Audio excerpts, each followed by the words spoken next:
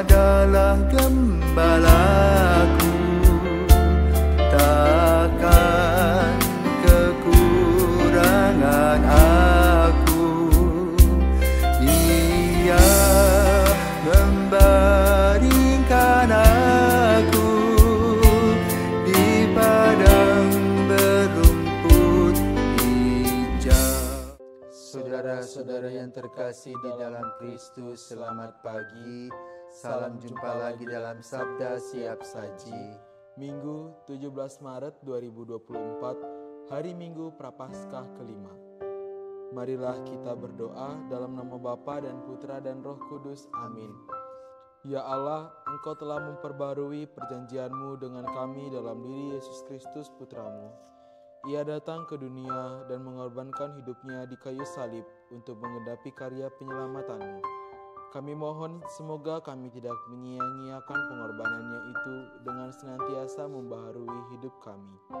Sebab Dialah Tuhan dan pengantara kami yang bersama dengan Dikau dalam persatuan Roh Kudus, hidup dan berkuasa Allah sepanjang segala masa.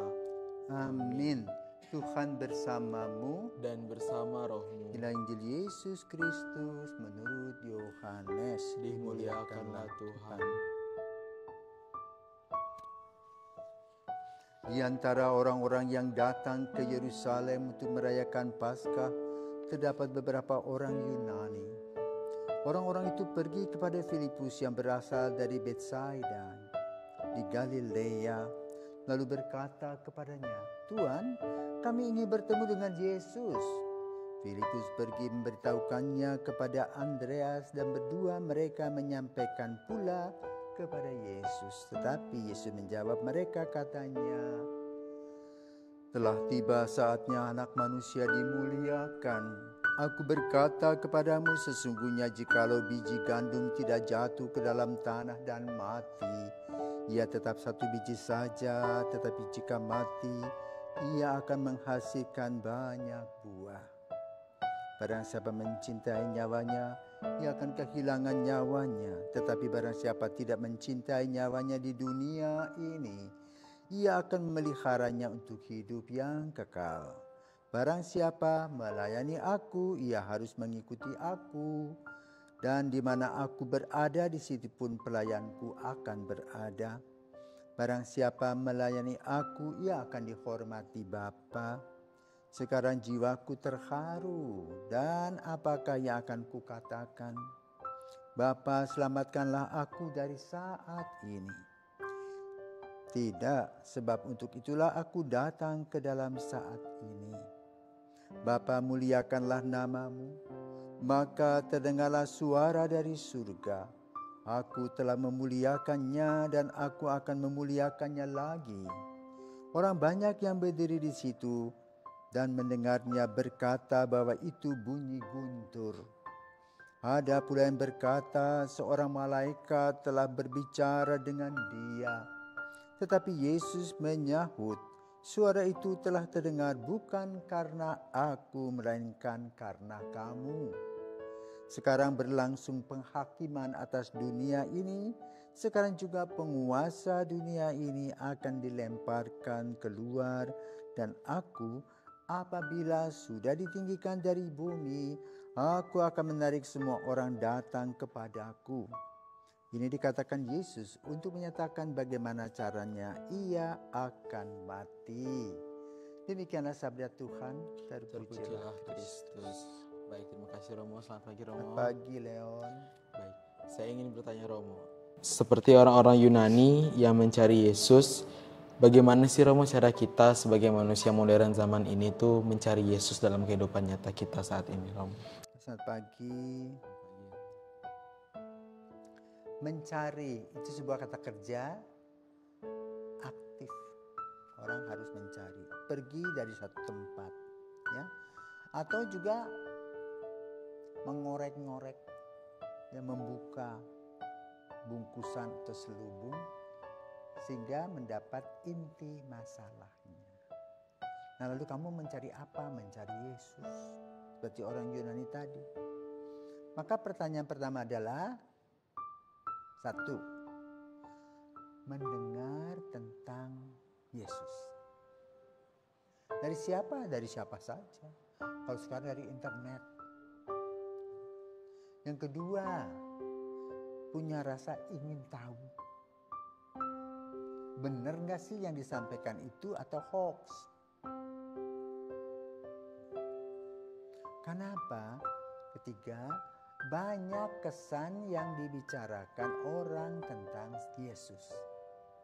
Jadi dengan kata lain, walaupun belum zaman internet, nama Yesus itu viral.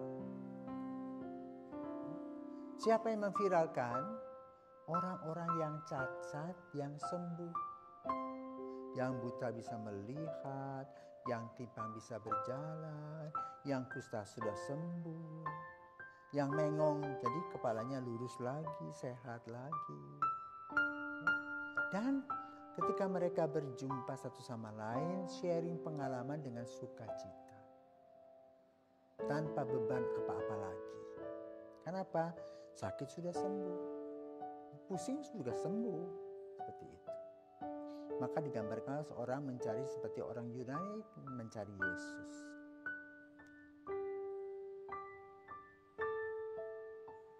Lalu pencaharian itu memerlukan waktu. Sama seperti 3 Majus di timur. Tidak sekonyong-konyong langsung dapat, tidak, mereka mencari. Survei dulu, bertanya, meyakinkan atau tidak, akurat atau tidak, objektif atau tidak.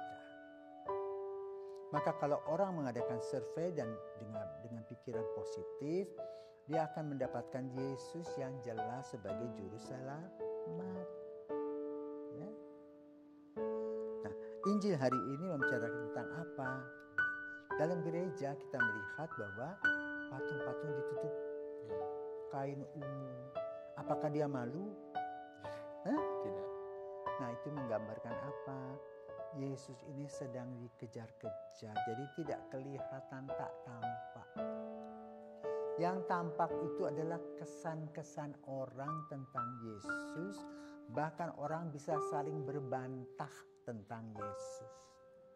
Maka kalau kita perhatikan bacaan Injil minggu lalu itu, orang berbantah-bantah tentang kedudukan dan siapakah Yesus. Nah, konteks pembicaraan pada hari Minggu ini adalah tadi mencari Yesus. Orang Yunani mencari Yesus. Apa jawab Yesus? Dan siapa yang diutus tadi? Yaitu Andreas dan Filipus mendekati Yesus. Lalu Yesus memberikan pencerahan. Ya, bahwa ujung-ujungnya dia adalah juru selamat.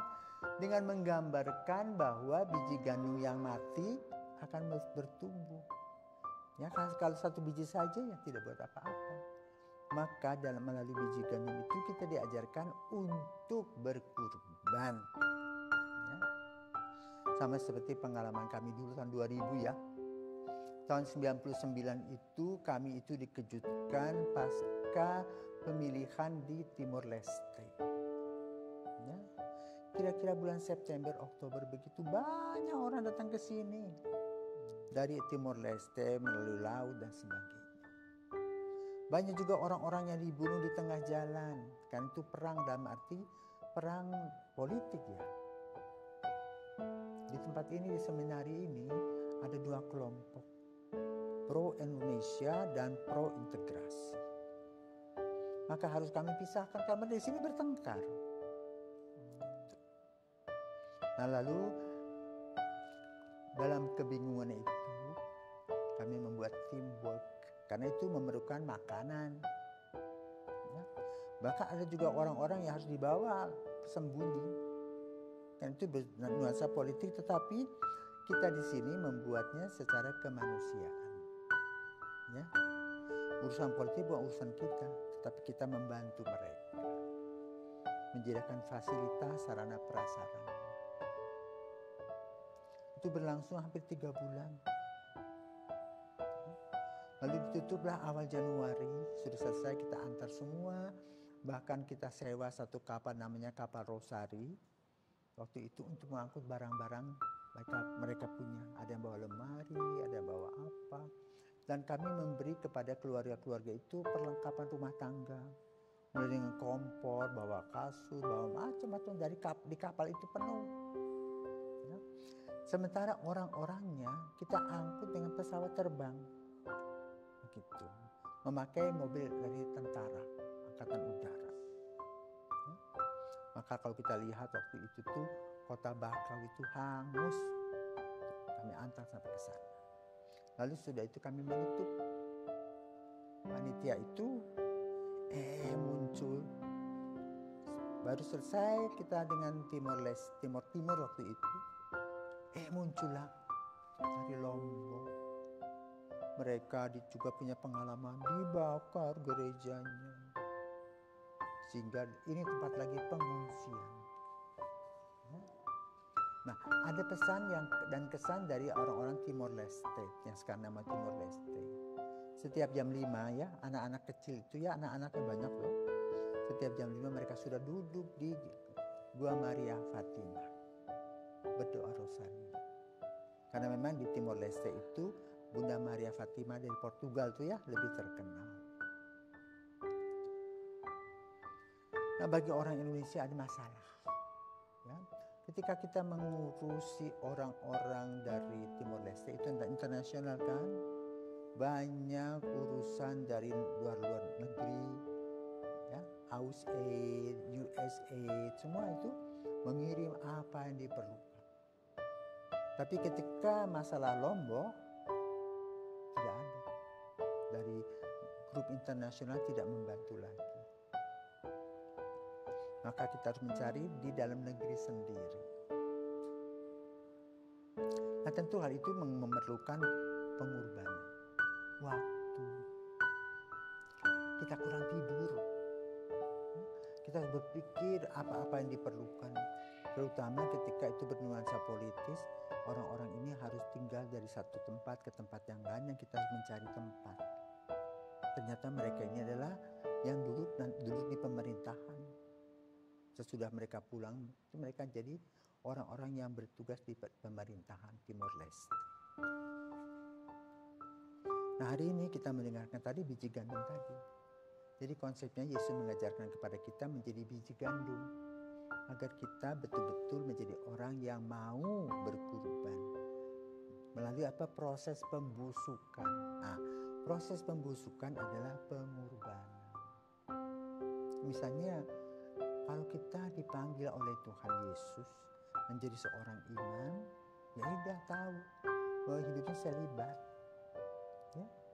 Kalau kita juga dipanggil oleh Yesus menjadi bapak keluarga, tahu bahwa perkawinan itu sekali saja seumur hidup, sepasang, monogami, tidak terceraikan.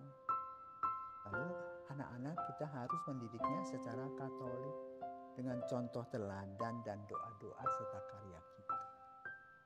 Inilah bagian dari pengorbanan kita.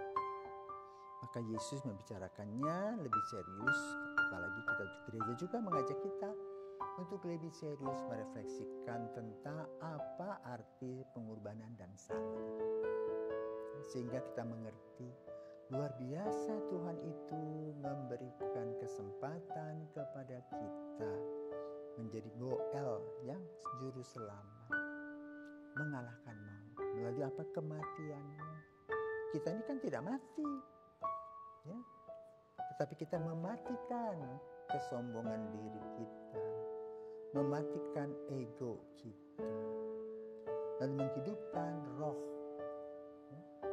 pelayanan, roh pengabdian dalam terang Roh Kudus, sebagaimana dilakukan oleh Yesus. Selamat memasuki Minggu Sengsara, sehingga kita merefleksikan kejadian pengalaman salib Yesus untuk menjadikan kita dewasa di dalam iman. Selamat pagi.